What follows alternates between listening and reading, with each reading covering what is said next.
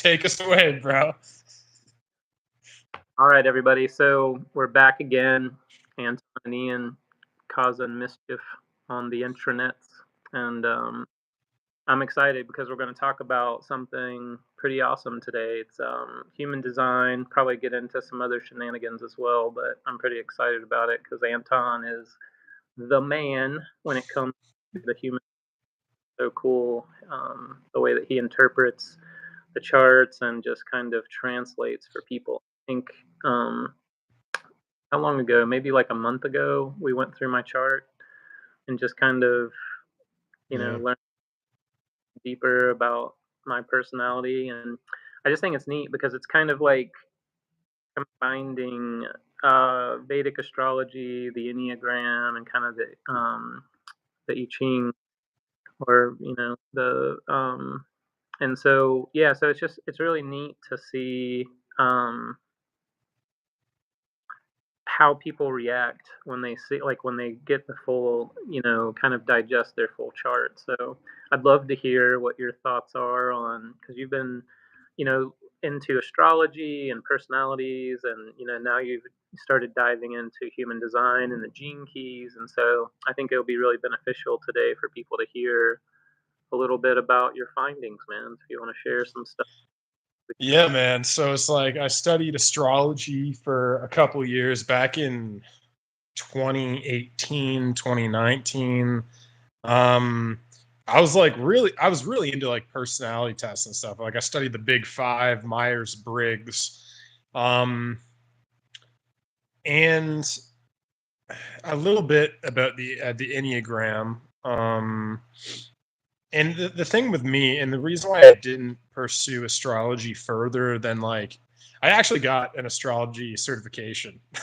They have these in Canada. People, I think in the United States, I don't know if you guys have them, because every time I tell people that, they go, "There's no astrology certification." It's like, well, it's not government regulated, but it's like, there are organizations that can do certifications, and I got my level 1 astrology certification. So I could do birth charts, I could do the kind of the base kind of stuff. And yeah, and so I got to a point though where I realized if I was to really take it more seriously, it would consume my life, because astrology is not specific. It is very open to interpretation. Like literally, you talk to, like, I'll talk to you, I'll talk to another astrologer, I'll talk to somebody else who's kind of into astrology, and all of you will have very different perspectives on every single sign. Yeah. If it's like half the time you'll describe how one of your personality traits is to do with your Leo, and I'll be like, bro, that's nothing to do with Leo. You know what I mean? And it's just like, I just got to a point where like everyone I talked to had a different perspective on things, and it was really frustrating for me, because I think I have a scientific mind. I think, like, as much as I'm really into woo woo and spirituality, I really want to know how things work, and I want things to be testable. I want to be able to, I want to, like, I always wanted astrology to be a system where I could talk to 20 people and they could all tell me roughly the same thing, you know? Yeah. And look, that's the beauty and the downfall of astrology. And downfall is a very exaggerated way. It's not a downfall of it. It's just, it is a highly intuitive mechanism. It's a highly intuitive system. It uses so much intuition to fill in the blanks. And then there's different kinds of astrology. There's harmonic astrology. There's Vedic astrology. There's Western astrology. There's, like, it just, you know what I mean? It's so broad. And I enjoy doing podcasting more than I enjoy doing astrology. And I just realized, if I was to learn astrology and master it to the level that I would want to master it, it would be my full-time job, and I had no interest. So I kind of tossed it out the back window. Went, what, almost 6 years, not very into it. And then I came across human design, and someone said, "Oh, human design is like the next level of astrology." Um, It's this, yeah, next level. And I don't know, when people tell me that, a lot of the time I roll my eyes. Like anytime there's a big new system or something gets popular, I'm always just questioning, is this just a trend? Like, because that's how I saw human design. It was kind of coming through the zeitgeist. It was getting popular, and it was a new system. I think what was it created? I think it was created in the 80s. It, 'Cause the problem with human design is the guy channeled it, I think, in the 80s. And I think he developed the system over 10 years. So I think it came out in, don't quote me on this, I think it was 95 or something. Um, but it's the 80s and the 90s it was created. So it's pretty new. You know what I mean? Yeah. And that was my first wouldn't call it a red flag, but that was one reason where I went, okay, I'm just gonna observe this and see where this goes. And so a friend of mine, a really gifted psychic medium friend of mine, she told me about it a year ago. And I studied a little bit of it for about a month. And then I just, you just life moves on. I got into something else and didn't think about it ever again. And then I got into it again more recently, and then it just kind of clicked for me. It was almost like all of these systems I had studied in the past, astrology, the little bit of human design I studied a while ago, the little bit of the enneagram, it just like everything clicked. And then it was like right in front of my face. It just made sense. Human design, for whatever reason, just made sense to me. Um, and then and then as I got more into it, I got more and more passionate and just obsessed with it, really. Um, and then I started noticing the literal correlation between astrology and human design, and Yeah. how all, in some way, every single one of the 64 human design gates, or these are also the 64 gene keys, they're the same thing. Gene keys is again just a it's the next channeling of the spirit of astrology in some way. I almost find like likely what happened thousands of years ago is people channeled this idea of astrology. Then it took thousands of years before the next evolution of that channeling came in as human design.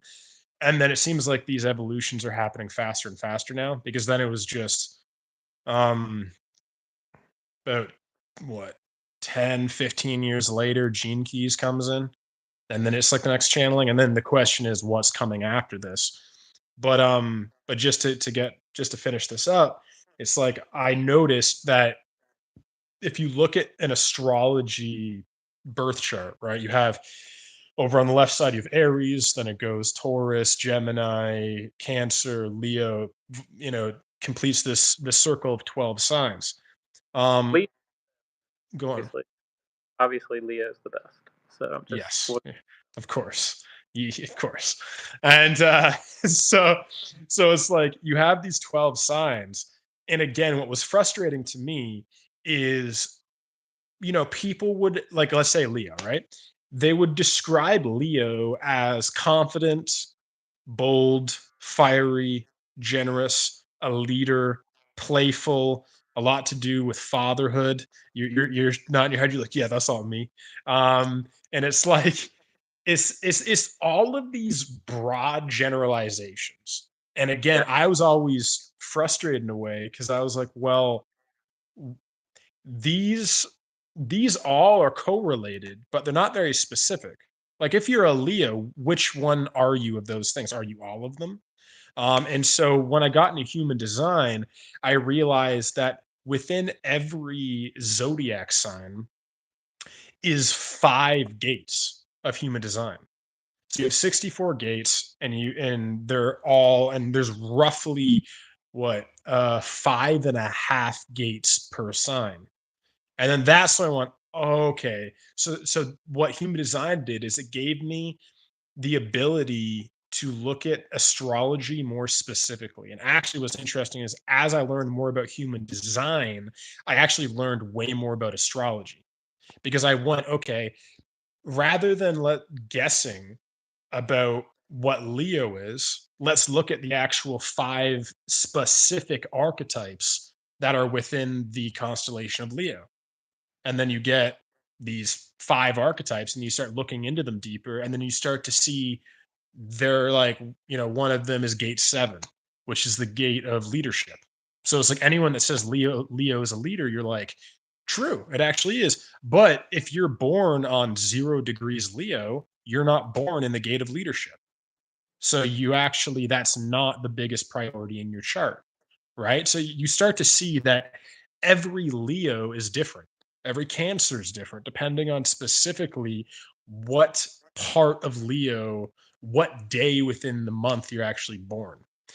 So for me, again, just to finish up all of this, I found human design very interesting, and for my more scientific background, it it I wouldn't say it made more sense, but I could specifically get my head around it a little bit easier than astrology. I think with human design, you can get into it faster. I think it takes just as long potentially to master it, just like astrology.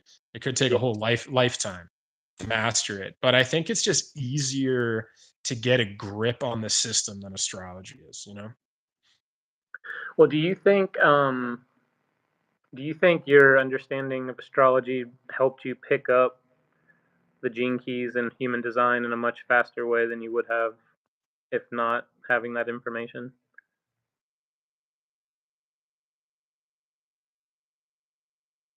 Hmm.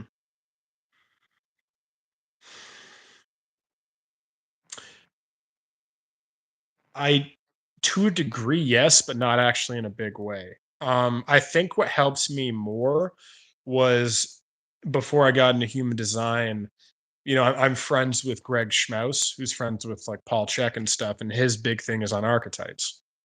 I think learning about archetypes helped me with human design the most, more than astrology, because astrology, again, it is archetypal, but the archetypes are too broad to a degree. And again, a good astrologer is using their intuition to fill in the blanks.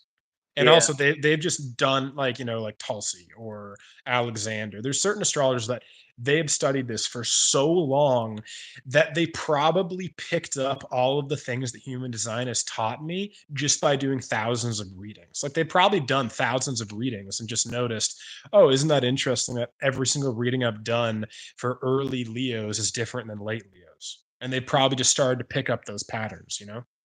Yeah, yeah. That's cool.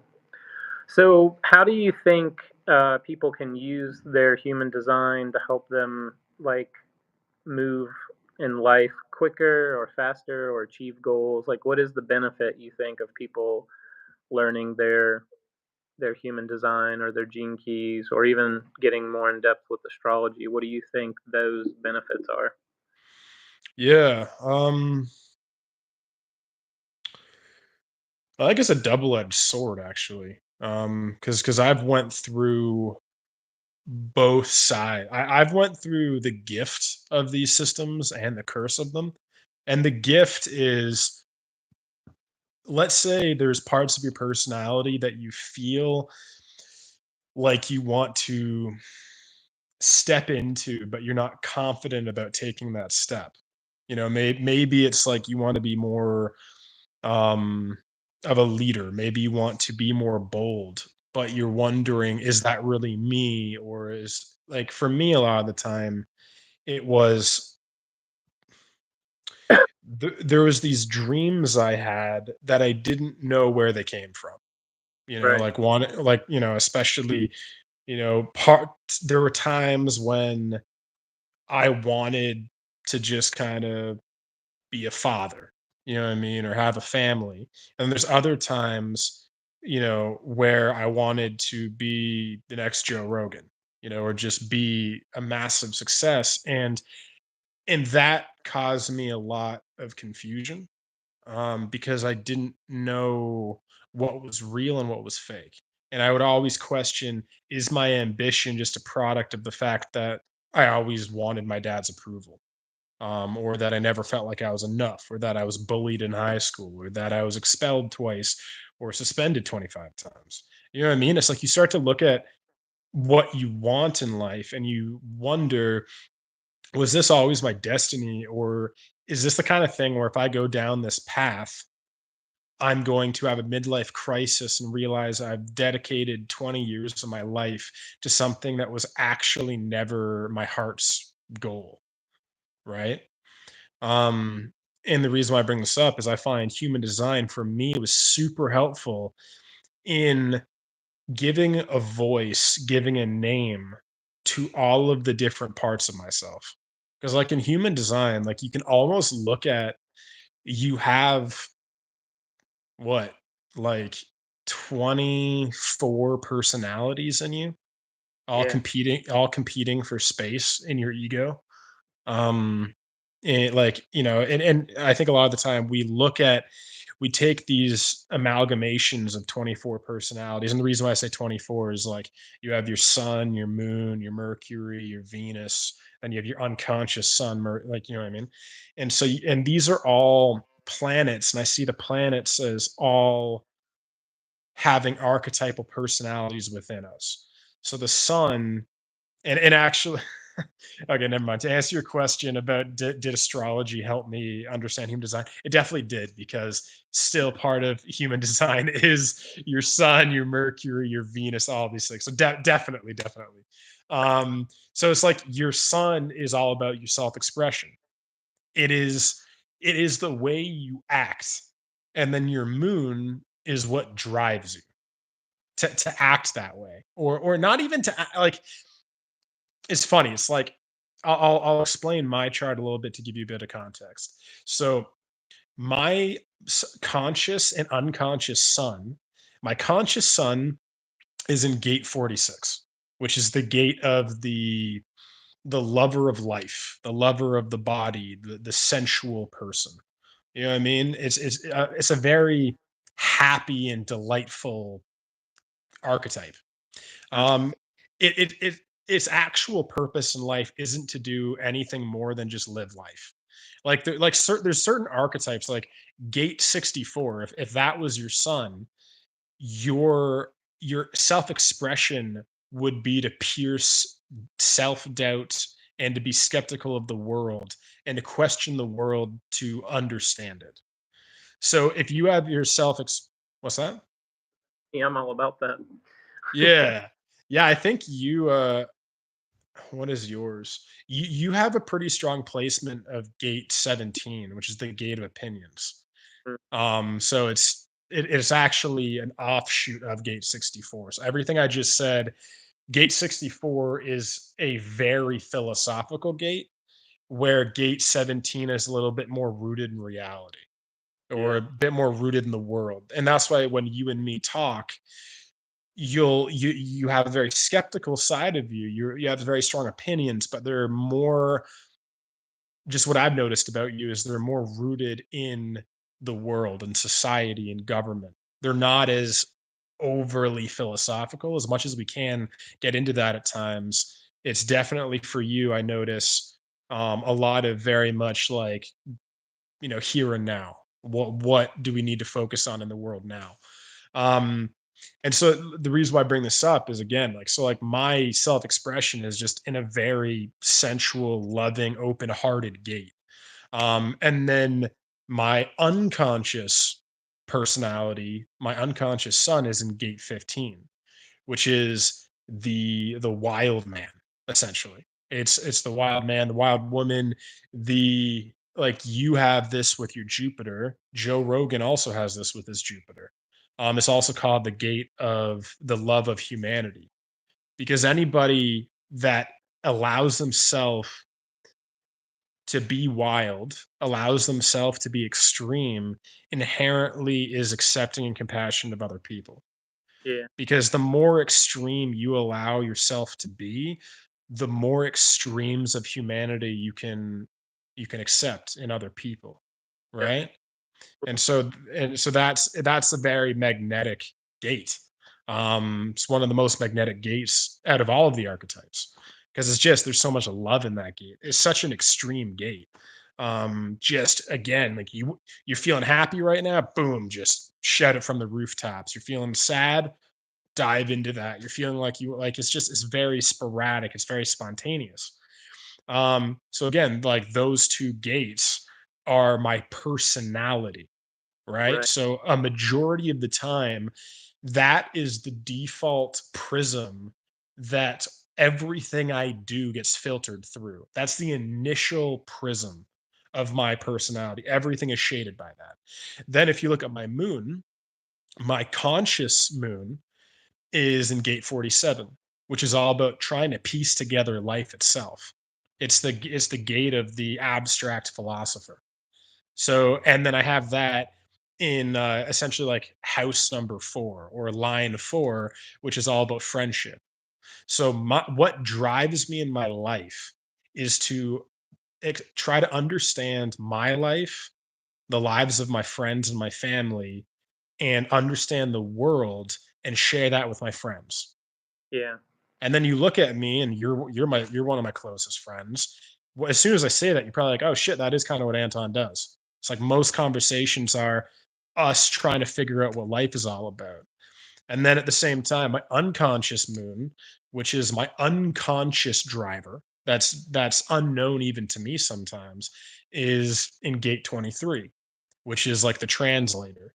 So that gate is all about communicating my individual insights. And that's also in line 4. So that's with my close friends and my family.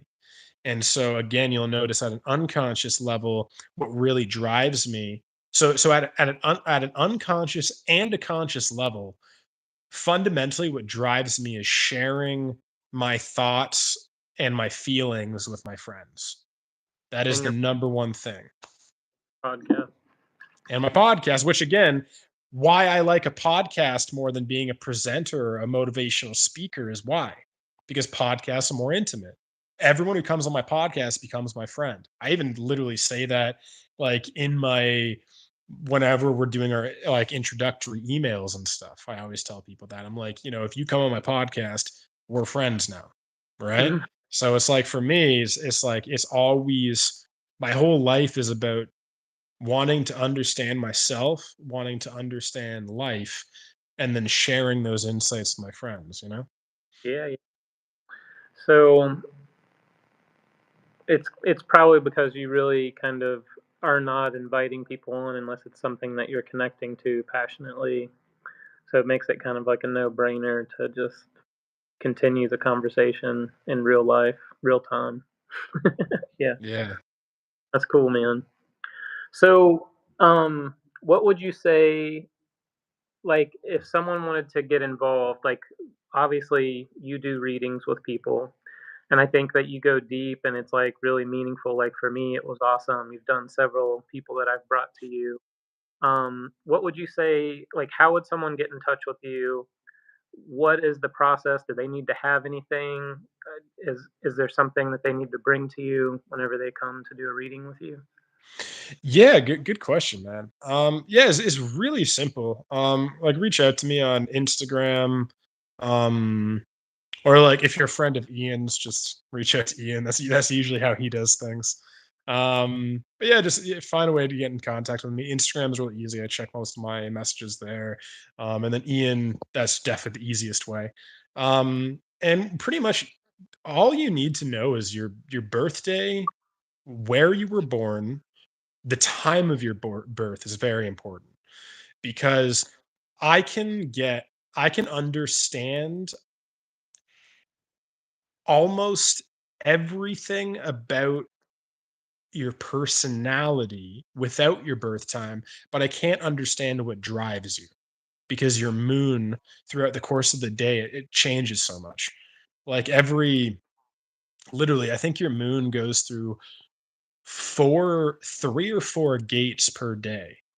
So again, like definitely it is very helpful if you know your birth time to just because I just realized that's so important. A lot of people overlook the moon Yeah, because it's a hidden thing. Everyone's so caught up in your sun, right? For good reason. It's such a huge part of your personality. but just as important as how you express yourself is why you express yourself and what drives you. What are you here to learn? What are you here to master? What, like, the moon also, when you understand what drives you, you understand what makes you happy. Your sun doesn't tell you what makes you happy.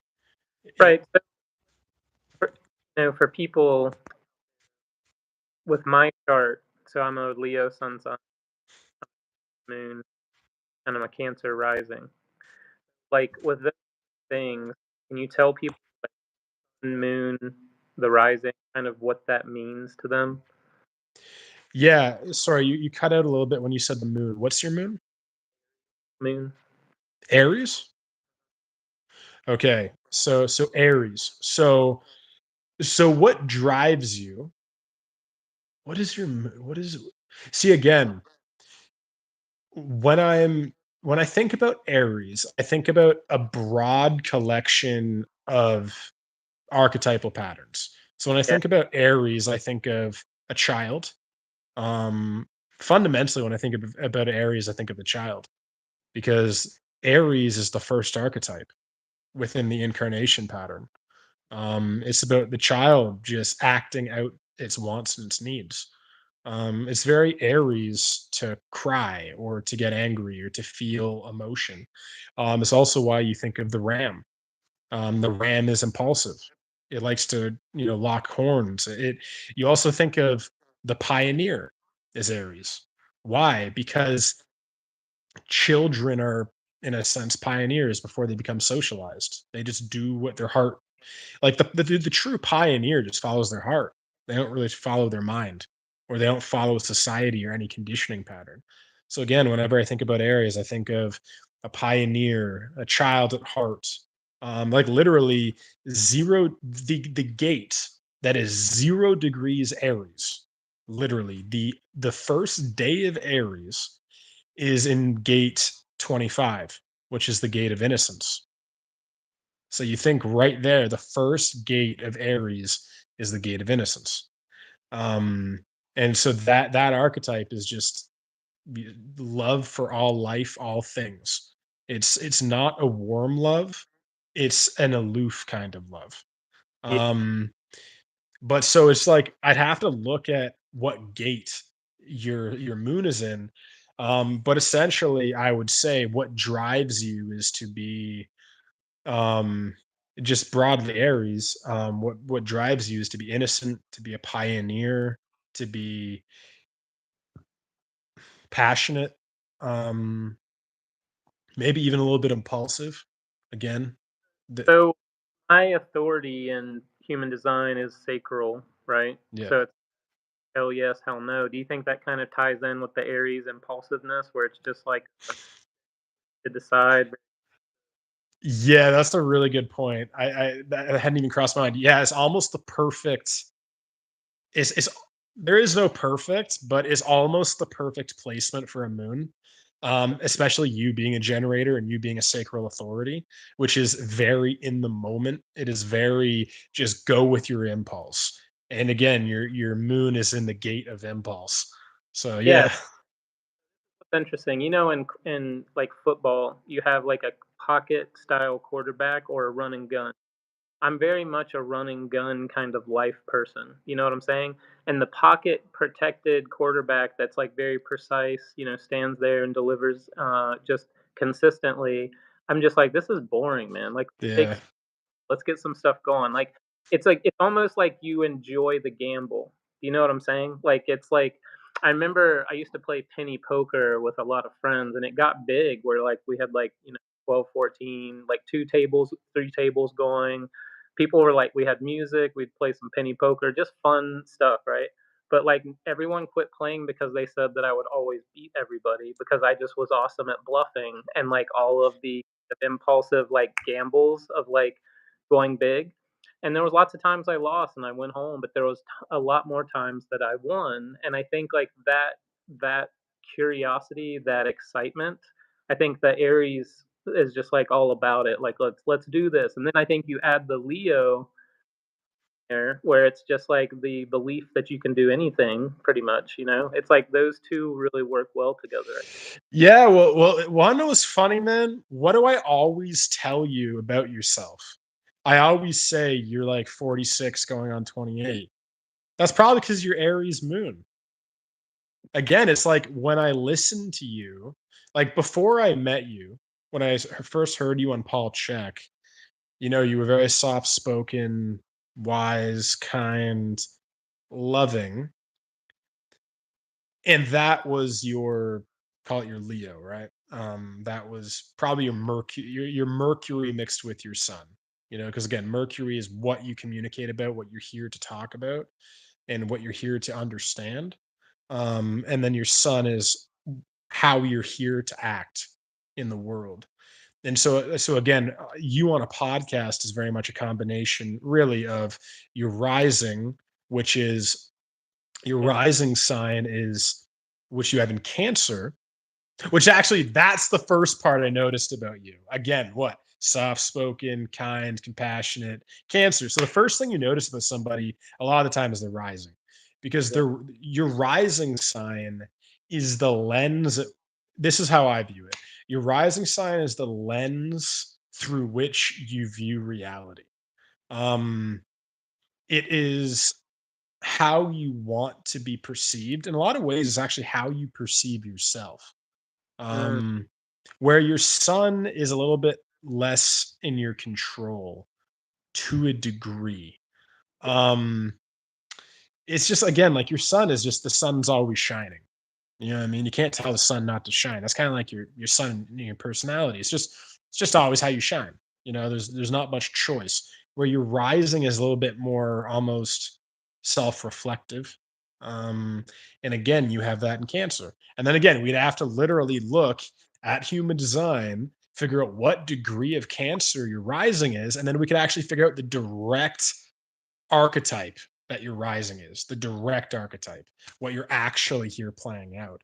Um, and I think no, that's actually a beautiful thing though. It's just because as I've got to know you deeper, I see your Aries moon more, and that's I think in a lot of ways why we get along so well.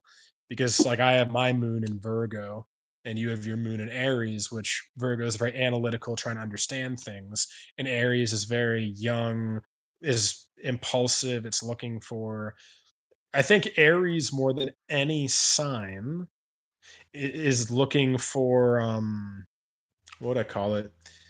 Stimulation in a lot of ways. Like Gemini wants intellectual stimulation, Aries wants bodily stimulation. It wants its existence to be stimulating. yeah, always. Keep it moving. Let's go. It's like ain't got no time to mess around, you know. It's like, keep going, you know. Yeah, definitely. I feel that. I think it's funny because there's a certain projector that I know that always talks Sorry, keep going.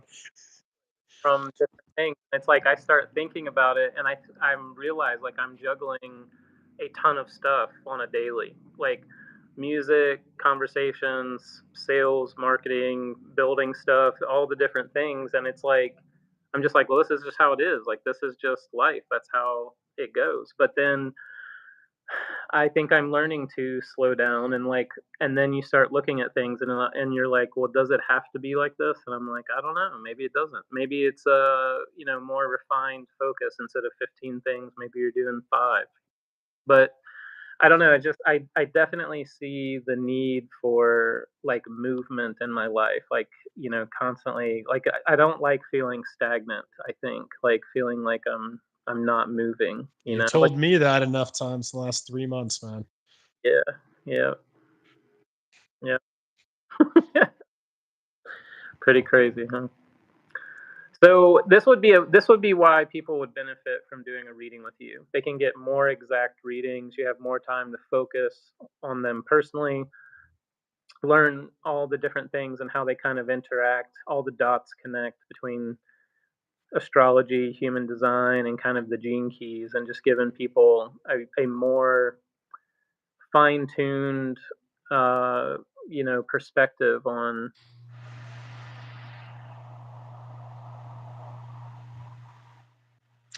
Sorry, can you repeat that again? You just cut out.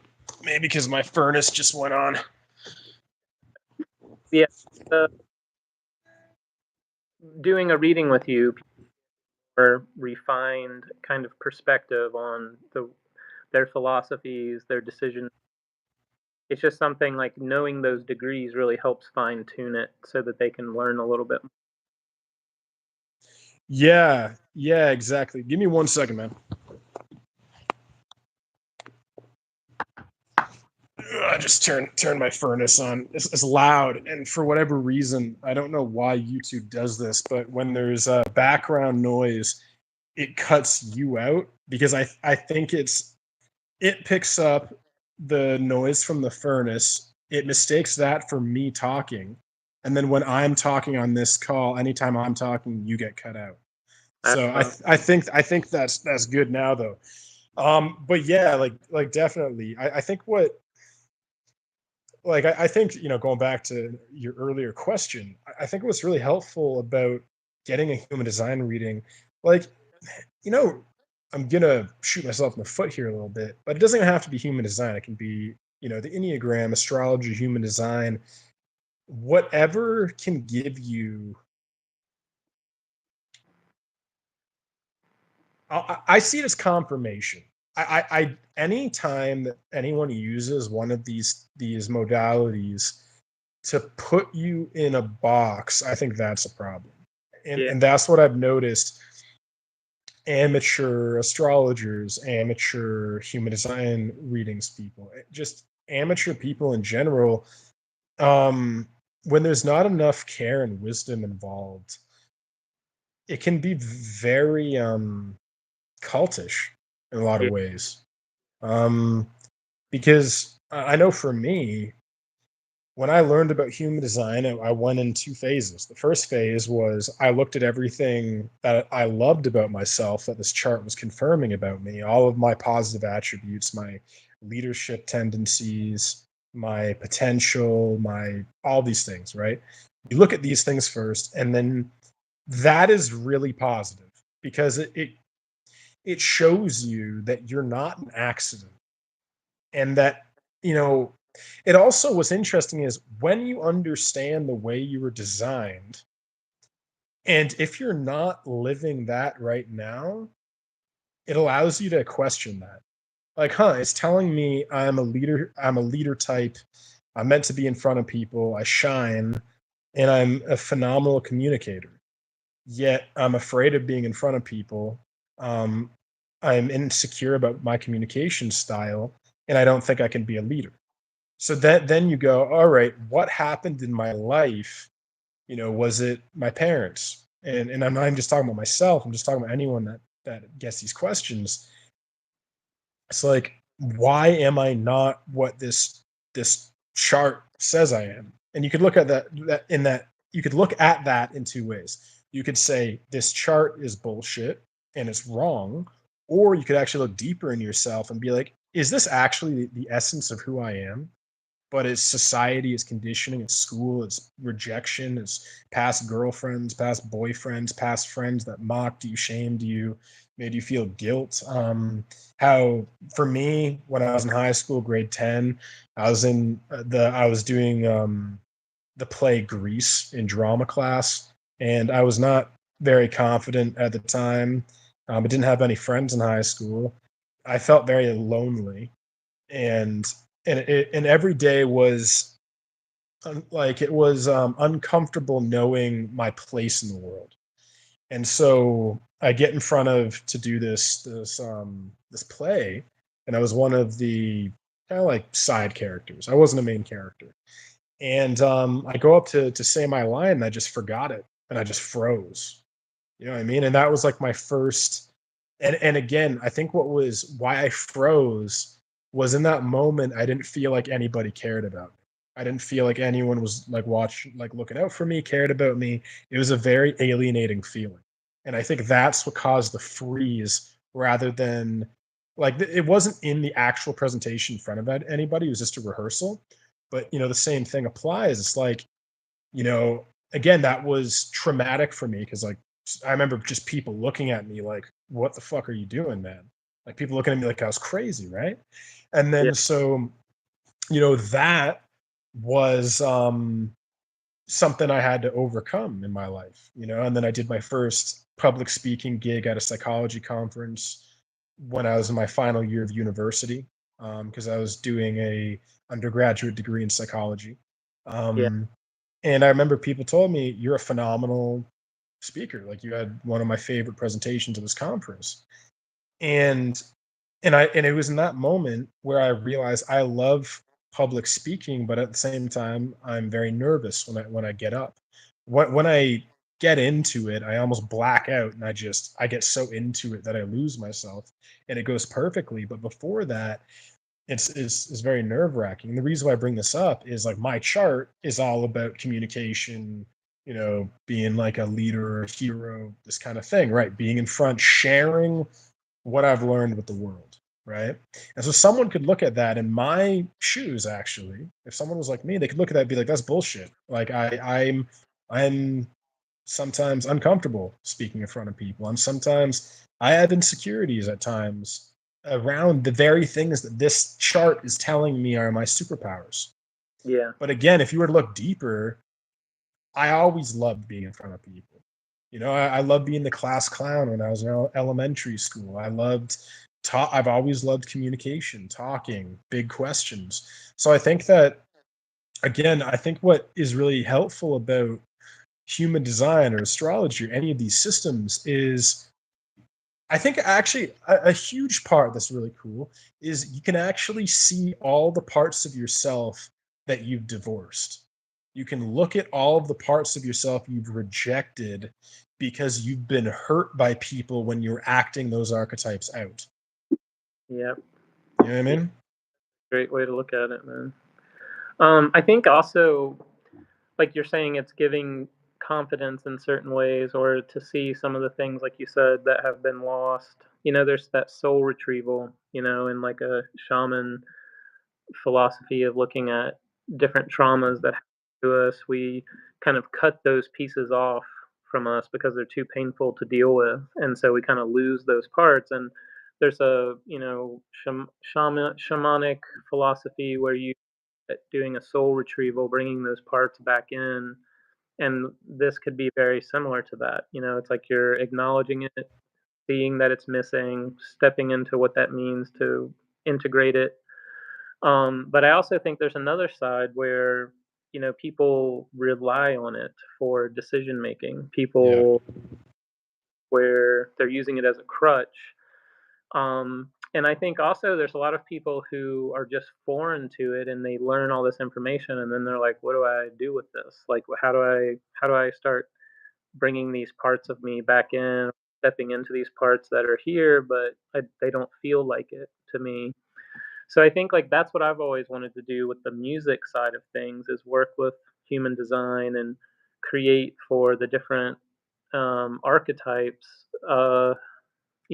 Just a generalized meditation approach for sound healing, and using it like, what for me as a 5/1, what would be the approach in a generalized way, like being kind of a, and I think you would have to have somewhat of the knowledge of like, is this person's authority? What is this person's authority? What is their major gates that are in play? So it's a little more refined process. So I feel like it would have to be kind of a customized approach with people, but it would just be so fun to combine those together and like work with people in that way. Because I think a lot of people, giving them some kind of ritual and some kind of focus to step into those parts would be a thing. Yeah. Are you talking about merging your music with human design readings? What are you talking about merging? Yeah, talking about, so someone comes to a human design reading, they get kind of the knowledge like, oh, I don't really feel that way, but I can see how this is present. So giving them mindfulness techniques that are combined with breath work, intention setting, manifestation goals, goal setting, real, mindfulness techniques breath work and journaling and meditation, and using certain frequencies and the knowledge of what that frequency represents, and having them step into this new vibration to, integrate these new parts of themselves. I just think it'd be a really cool process, something. Yeah, I actually never thought about that, but that is a really good idea because I agree that like I almost I think with human design or even astrology, you don't have to do this, but I think it's helpful. I think you almost have to incorporate either mentorship, coaching, therapy with this stuff because, you know, like this is what I was going to go into before, but human design and especially human design can get very dark. Yeah. Um, because it's so specific. Like with astrology, if you're not a Leo, like a lot of people they view Leo as the best sign. It's anyone who has anyone who has Leo is like everyone's so proud to be a Leo. It's like how many people are just like, do you see so proud to be like a Pisces? Like Yeah. it's just not exactly the same thing. Anytime you're a fire sign, people are like, yeah, I'm a fire sign. You know what I mean? And so and I think like the dark part is for me is like when I got into human design, again, the first part of it is looking at all the great things it tells you about yourself. The second part is you start to study the greatest people in history and you start to see all the ways that you're not that person. And you go, oh, they have gate 7, they have gate 31, which is the gate of like leadership, you could call it. And so that can take you down a very dark path. And it took me down quite a dark path of coming face to face with all of my perceived limitations. And then any insecurity I had, any shame, any feeling that I couldn't achieve my dreams, this modality, human design, just gave me the perfect excuse to give up. Because I said, look, Joe Rogan has these 10 gates you don't have. It's like, again, that maybe that negative self-talk part of you can come in and start to tell you these things. And I think that's why it's really important to, as you're going through this process of uncovering yourself and understanding yourself, like have a friend, have someone you trust, have a therapist, have a mentor, have a counselor, have a coach, someone who can help you incorporate these things into your personality in a healthy way. Um, because I find if you try to do all of this just through the internet and learning about this stuff through the internet, there's a lot of people on the internet who, if I knew them personally, I would tell them you should probably take your website down, because it is probably going to cause a lot of people harm because you're only giving them half of the story. It's you're focusing maybe on the net, like what I've noticed a lot, because I've probably read dozens dozens of blogs on the internet about human design and about everybody's perspectives on different gates. And one thing I noticed is we all have biases. I have biases, you have biases, we all have biases. But what I noticed is when you go on the internet and you look at blogs, you can almost feel um at times sometimes um maybe not anger, but definitely biases coming out. Like, let's say the person who's writing the blog is a Leo, right? They're going to probably overemphasize the importance of Leo. And let's say their partner was an Aquarius and their ex partner, sorry, go on. But if they're a good Leo, that's what they'll do. Yeah, yeah. And so like let's say like their partner was an Aquarius and their partner cheated on them or something, right? You'll just there, even if it's not even conscious, I'd sometimes read blogs, and for whatever reason, I wouldn't feel very good after reading them. And I'd be like, why do I feel a bit weird right now? A bit like icky. Even though like nothing wrong was said in that blog, but I just realized, oh, we're bringing our biases, we're bringing our insecurities, we're bringing all of our humanness into, you know, speaking about these modalities. And some people will just focus on the positive of a gate or a sign, and they won't focus on the negative, or they'll focus on the negative and not focus on the positive. Right. That happens a lot. A lot of people will just focus on the positive of a Right. gate, where every gate has a shadow, just like every sign in astrology has a shadow, Yeah. right? What's the shadow of Leo's? The attention seeker, right? And again, like the problem with that statement is that's not even true, because the attention seeker will be the shadow of a Leo that is primarily in gate number 7. You know what I mean? Like, again, even the shadows are very connected to the specific gate that that person has. And so, just to bring this all around, I just feel like it's just really important that these things are amazing tools, but they become prisons. They really do. If you're not aware of it, you'll over identify with your chart. You'll, like, especially if you're in your, I don't know, teenage years, 20s, maybe even 30s, maybe even 40s, maybe even 50s. It's like, there's this tendency to go, oh, this is who I am. I'm this chart.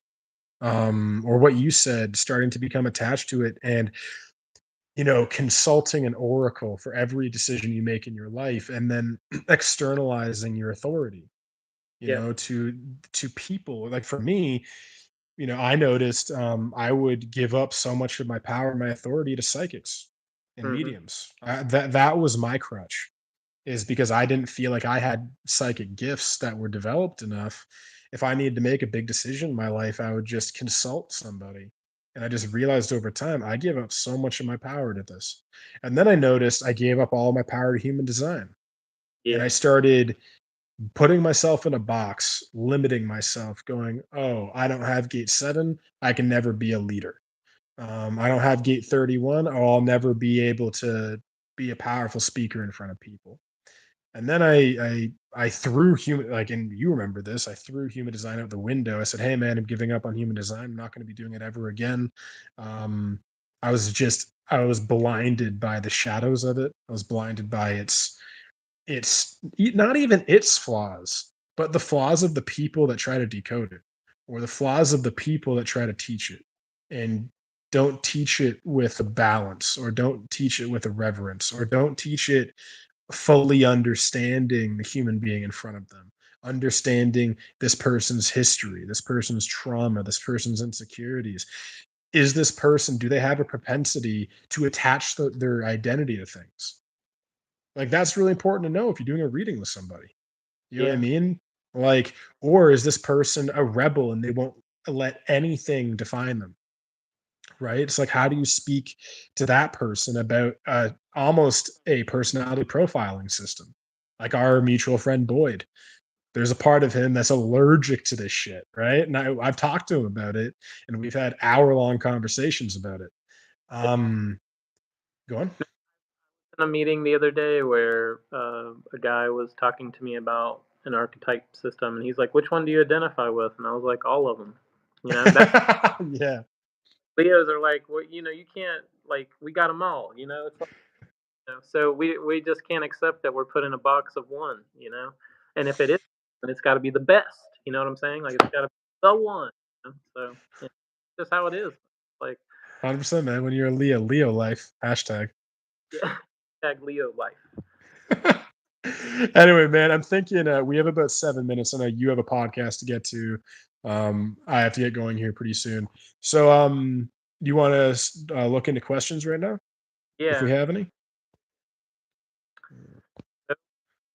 Does anyone have any questions for Grandmaster, the Busy Bee? Um, no, I think, yeah, man, it'll just be interesting to see. Um, I'd love to see some people see this video and check out some readings with you, because it's really fascinating. It's just really a lot of fun. And again, I think you should tell people Instagram, they can find you under the Anton Show. Is that how they find it? Yeah, on Instagram, it's my name, Anton Czachor. But just type in the Anton Show; it should come in on Instagram. If you're on YouTube, just type in again the Anton Show. Um, there's a guy. Anton Daniels, the what is it? The multi-millionaire morning show that you'll have to scroll through about 20 of his videos to find my profile. So I'm not that dude. You'll probably tell when you look at him. He's we don't look the same. But yeah, so definitely if any of this, catches your curiosity and you're interested in just understanding maybe parts of yourself that you've lost contact with. I, Yeah. I think in a lot of ways, the closest we ever are to who we really are is when we're children. I think that's like the most innocent version of us. And I think as we grow and as we mature and as we evolve, we our core essence takes on many different hats and masks. I think you know, if we have like a scientific mind, we can become scientists and we can grow into things. But I just find something so beautiful about children is they just act out who they are. You know what I mean? You can almost even see it by, what do you want to be when you're older? I want to be a scientist, or I want to be an astronaut, or I want to be Iron Man. Like, it's just interesting. Like, that's actually something I'd love to do. I'd love to do like literally science experiments with like children, like after knowing their human design chart, like ask them questions like, what do you want to be when you're older? Who's your hero? What's your favorite movie? Like, almost see if I can if they are already desiring the things that they're going to grow into later in their life. Yeah, that's really cool. That's an interesting concept for sure. Okay, man. Well, so I guess no questions. But yeah, man, I think that's good to closing point for today. I think this was an awesome conversation. Hopefully people get something from diving into human design, gene keys, astrology. I think it's all fascinating, interesting stuff. And I just want to say thanks for chatting with us today, giving us your knowledge and expertise, all your experiences, and most of all, just your intuitive interpretations. I think that's what really makes it stand out with you. Is not just the knowledge or the information, but the navigation and the translation of it. It's crucial. Yeah, yeah. Thanks, man. And I really appreciate like I just really appreciate you valuing what I do in my life so much, and like just like sending me people, and just really, yeah, I think that's rare for me. I don't think I've had many friends in the past that have really done like actionable steps to support me in what I do in my life. And just like, yeah, you're literally always just I think both of us talk about each other a lot to other people. I know I talk about you with like everybody, so I think it's probably reciprocated both ways. But yeah, just I really appreciate you, man, and thanks for yeah, giving me the platform today to just share, you know, what's really meaningful to me. Because I find this stuff just fascinating, and I don't always have the opportunity to talk about it. You know what I mean? It's like not everybody understands this stuff, is interested in this stuff. Already the spiritual community and the philosophical community is already quite niche in comparison to the whole world. And then even like just with all of this kind of stuff. So thank you. And Sharon just said, "Ah, Ian, you rock." So yeah. So good to see you.